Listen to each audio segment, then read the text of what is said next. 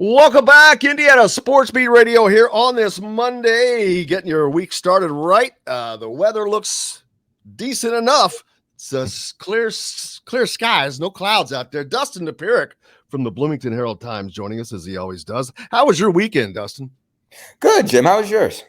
I did very little, so I cannot complain. Just watching basketball and hanging out. So there's not a lot else that I can do. We had all the AAU circuit still continuing, but did watch a little bit of the golf. I missed Wimbledon, which I guess I'm glad I did. I looked and I'm sick and tired of no one's ever going to beat Djokovic. I mean, he's won 7 Wimbledons now, and he has 21 4 in a row. Yeah.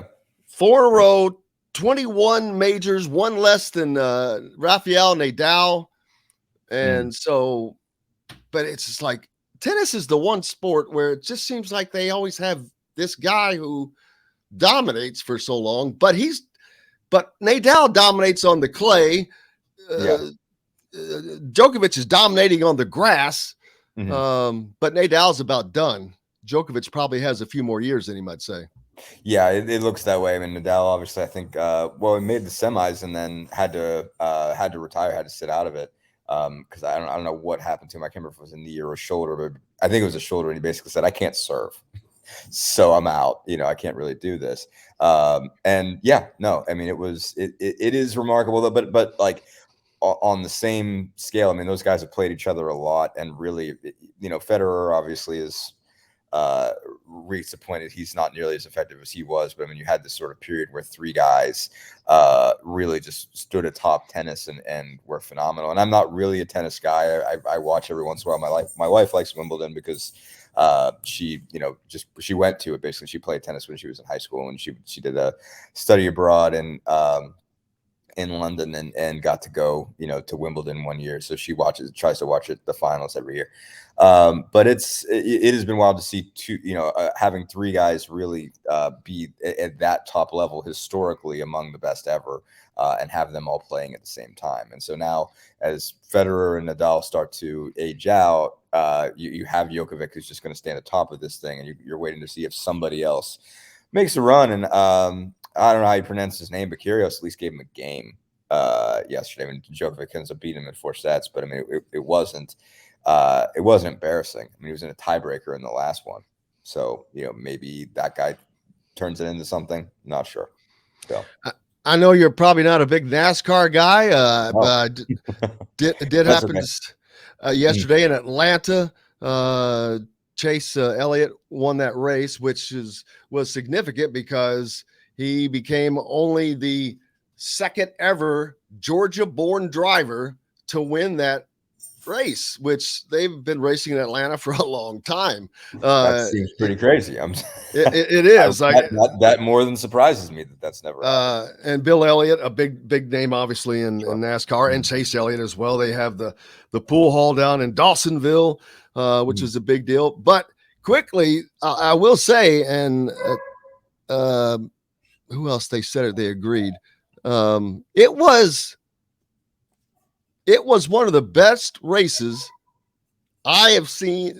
I watch it on replay and I skip through a lot of stuff, but as far as a race, they were actually racing almost the entire time. And I mean, by close, and it was a great finish, great everything, but they have recently refigured the track, and it's a 1.5 mile track, but they built up the banking in the corners and turned it in almost to a super speedway. So it was incredible racing, and it was fun to watch.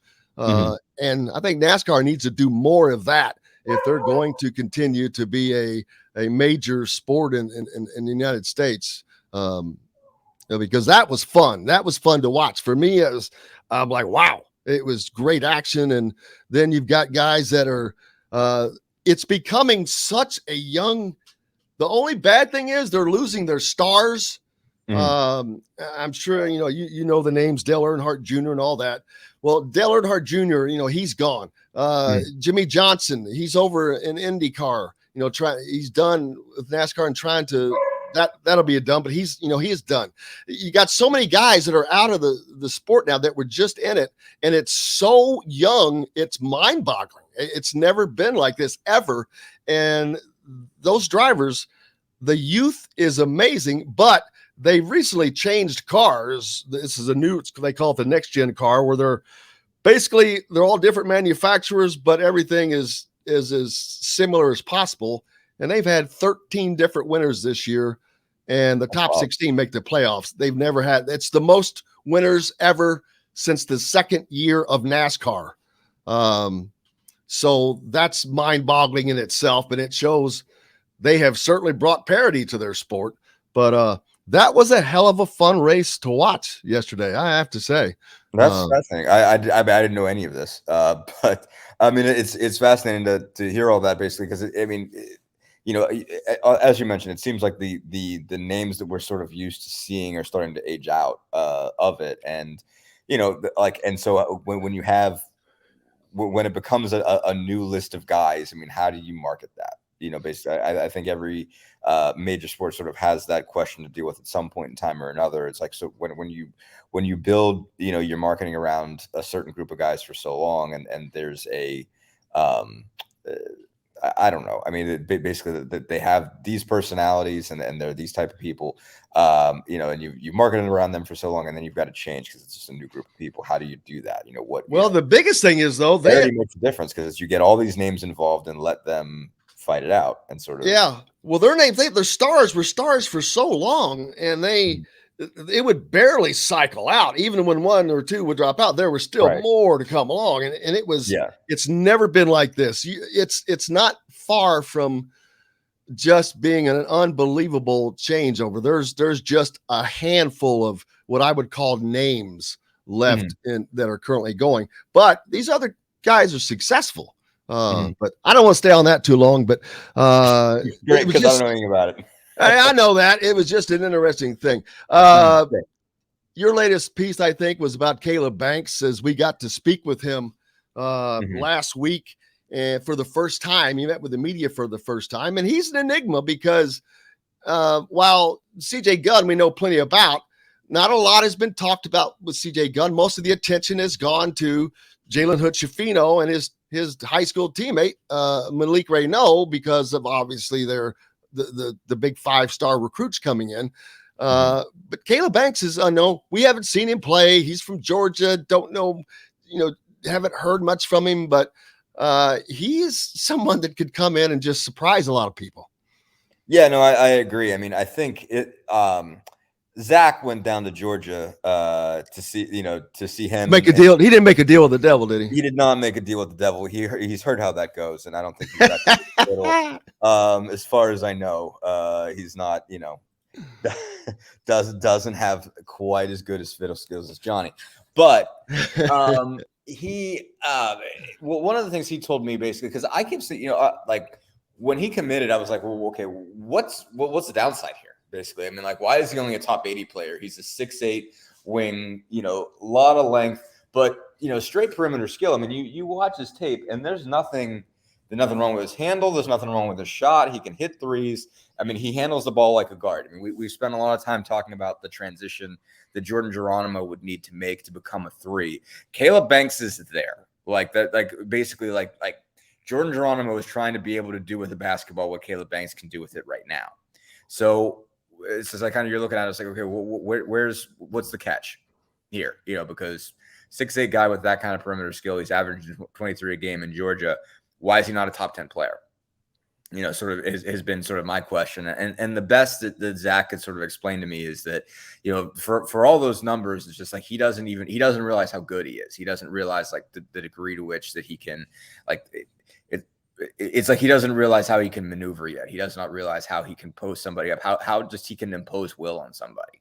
And it's there, and like the physical capability is there, but he doesn't realize just how to be the guy yet.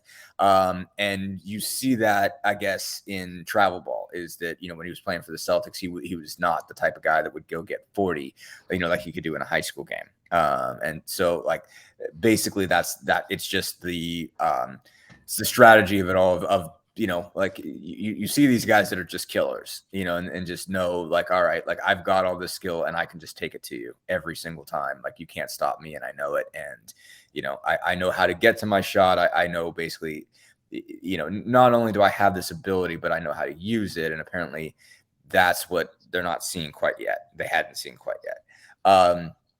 But if the skill set is there, then he can figure that part out. You would have to think, and especially with college guys, with college coaches and basically everybody around him, you would have to think at some point, you can piece all that together. So, I mean, I got to see him more, myself, to get a better sense of what that looks like. And we might see one or two games and be like, okay, I get it now. Okay, I see where the shortcoming is. But, again, just that base skill set of being 6'8" with that much length, that much size. And I mean, again, you've seen him on tape at least. He can break guys down, like off the bounce, like he handles like a guard, he handles like a guard. It's not one of those guys who's got a, big old dribble you can take off of him. He's got pretty tight handles for a guy who's 6'8" and he can shoot threes. So, offensively, that's everything you want in a modern player is to have that much size, but also that much skill together. So, like if he came in and blew everybody's doors off and ends up in the starting lineup, it wouldn't shock me. I mean, obviously it out now. Similarly, it wouldn't shock me if you don't really see him again until, next year or the year after. But if he came in and blew, again, just ends up the starting small forward on day one, it wouldn't blow my mind. Well, that would be an unbelievable plus for Indiana as well, because you look down the lineup of potential wings, and I'm probably missing somebody, but obviously Miller Kopp was out there last year, not a ton of production. Jordan Geronimo, one of the names that we're expecting to see what improvement he has made offensively, because that is what he has to do to improve his game most. And then you've got Tamar Bates as well. And what jump is he going to make in this freshman to sophomore campaign? So they have a lot of potential positives at the wing position. And that's, I guess, one of the, besides shooting, that's the biggest question for this team. Other than that, they're pretty set. We know that they're deep. We know that they have solid play at every position at the one. I'm even going to concede that Jalen Hood-Schifino is going to be good at the two. We don't know. Miller Kopp, of course, will start. I'll promise you that. Right. I don't know who's going to be four. And I guess it'll be starting off with Race Thompson and Trace, but what's going to be the rest? Who's going to be the guys that come in and do something that we don't know?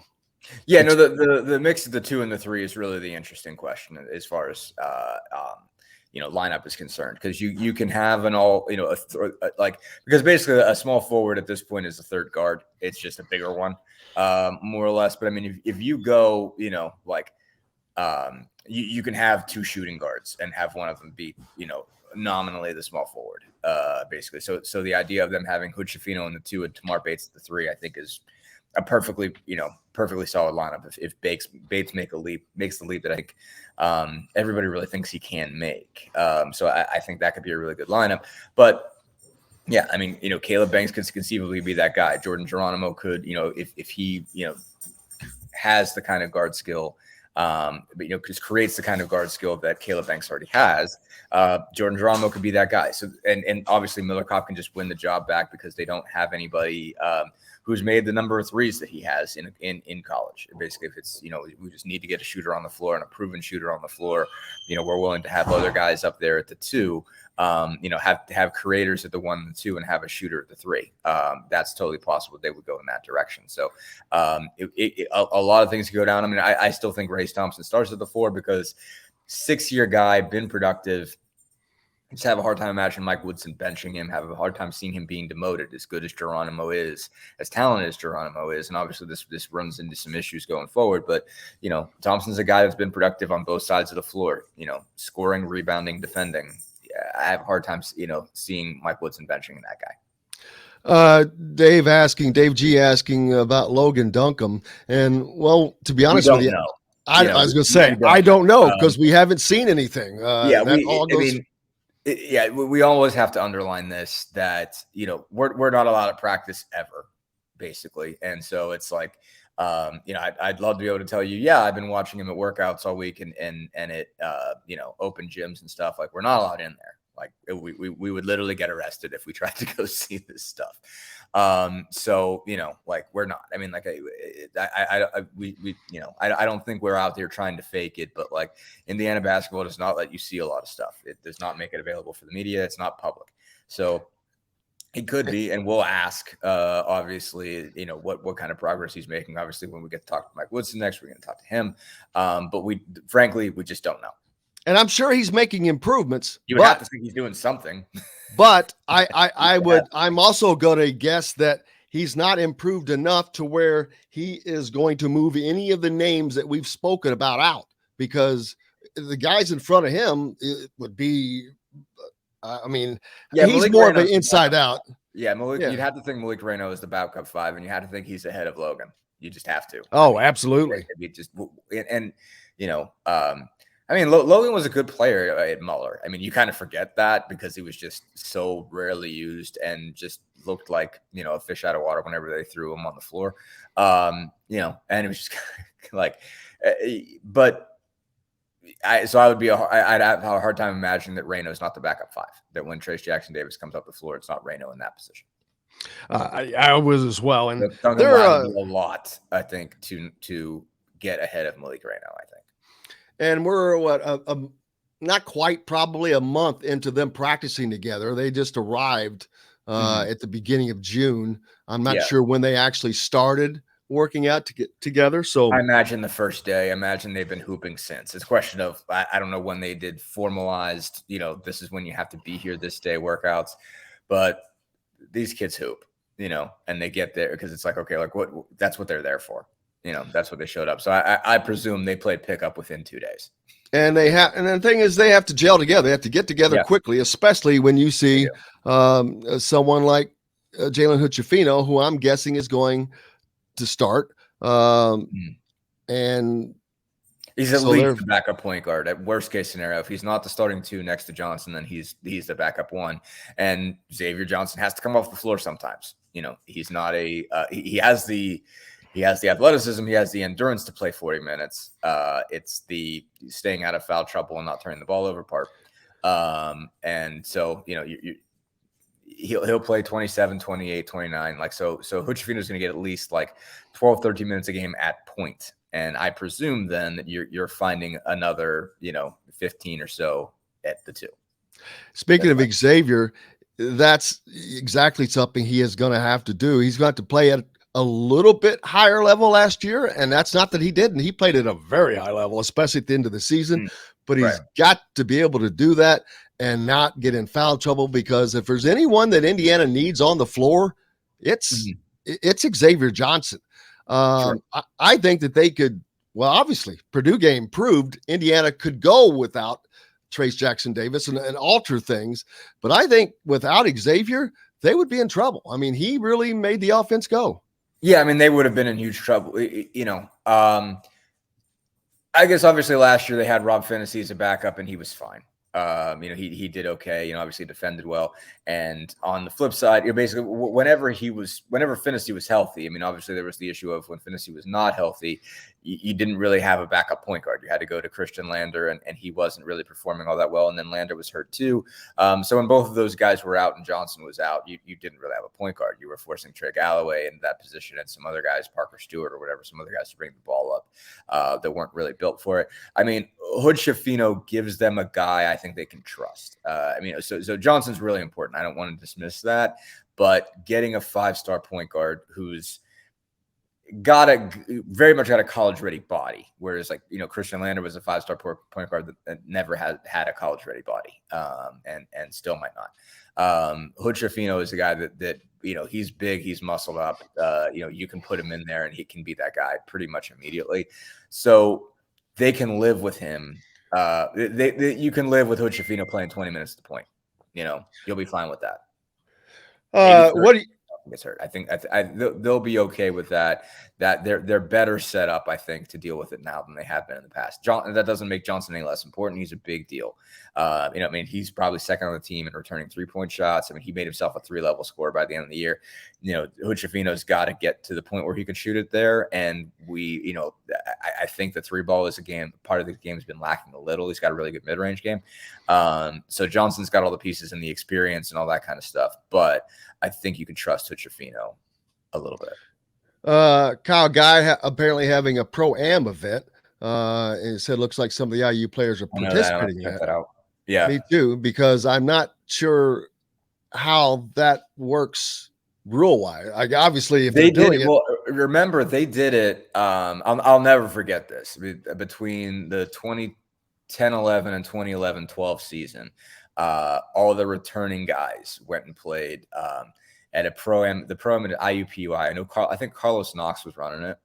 And that was wild, because it's just, I mean, they don't put like, if you've ever watched pro-ams, they're like an all-star game every night. Like it's not, no one's running offense. No one's really playing defense, like a little bit of one-on-one. No one's playing team defense. Like it's not a very structured environment, but it's putting you around a bunch of really good athletes. And, everybody's dunking and everybody's taking threes right off the bat. So it was Hulse, Sheehy, Oladipo. I think Elston played. He might have been hurt. Tom Pritchard, I remember. Sheehy dunked on somebody, and we thought he was going to get his butt kicked in the parking lot. Like, it was amazing. Like, I mean, he gestures that were like at least somewhat crass on guys that you shouldn't do that to. Frankly, some Larry Bird action going on, huh? Yeah. And Will's not Larry Bird. But it was something else. That whole thing was wild. I mean, and they made it a couple weeks, and they played all the way through, but they like Vic.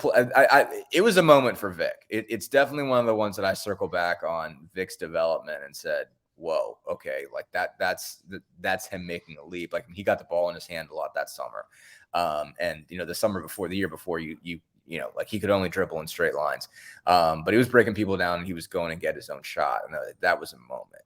So if they're pro-amming up here, I'm going to go find that for sure. It's like I knew Guy was having it. I didn't realize those guys were going to play, but it is legal. If it's NCAA sanctioned, college guys can go play in that. So it's a trip. I mean, it's again, it's not like, they're coached, but there's not systems, but it's just basically what you get out of it is like you and a whole bunch of athletes just running and, like you get something out of that. So I'll be intrigued to see if they do that with these guys. Yeah. When you find out, let me know. What's up next for you at the Bloomington Herald Times? Yeah. I mean, I'm sure we're going to get some more basketball this week. I'm not sure who we're getting at all. So mystery guest on Thursday and Friday. Thursday or Friday. And I mean, we're gonna ramp football up here pretty soon. Probably not immediately, but I think we're gonna start meeting and talking about, all right, how do we cover this stuff? I mean, I was just looking at it today, man. They only got 6 commits so far. Nobody else in the Big Ten is under double digits. They had their best recruiting season ever, or recruiting coming in class. But then that last year's killing them. I mean, I said it at the time that it was going to be in it. Like this is when you were going to see it. That, I think it was impressive that they added people at the end of last year. I mean, there's something to be said for that. Basically that they were able to not only keep the guys that they had, but add people. But I think one thing I was thinking, like Tom Allen is not an easy guy to go back on a promise on. Like you really I think if I broke a promise to Tom Allen, like I would, I'd have to go to confession. Like, I mean, I would, need to say 20 Hail Marys. I mean, I couldn't, like the guilt I think would just gut you because it's Tom. But like, if you never make a promise in the first place, then you don't have that problem. And so like, that's tough is when you're carrying 2 and 10 around, it's tough to get anybody to make the initial promise. Once somebody like that has got you to promise him something, it's very, very hard, to bring yourself to say, no, I'm not coming. But if you never said it in the first place, it's easy to say, babe, thanks so much for the attention. I appreciate it, but I'm just not. I'm looking for something else right now. So they're having a hard time, and it doesn't surprise me that much. I mean, I think it's obviously a moving target in terms of how many scholarships they would have available, and that sort of thing. But that football at this point is you have to just presume that you need about 15, 20 guys every year, regardless. So, it's tough. It is tough to carry 2 and 10 around on the trail. Yeah, it is. And they're going to have to win this year to alter. I'm not saying they have to go 9 and 3 or whatever, but they have to turn things around and show people that that's coming around, or the recruiting problems are going to continue with or without the NIL. Dustin, I cannot thank you enough, brother. Make sure you give Dustin Dopirak a follow, and subscribe to the Herald Times, part of the Gannett Network. I am a subscriber, and you got to read the paper, baby. You got to keep papers alive. Yes, you do. Dustin, thank you, brother, and I'll see you soon, hopefully. Appreciate it, Jim. Thank you, sir.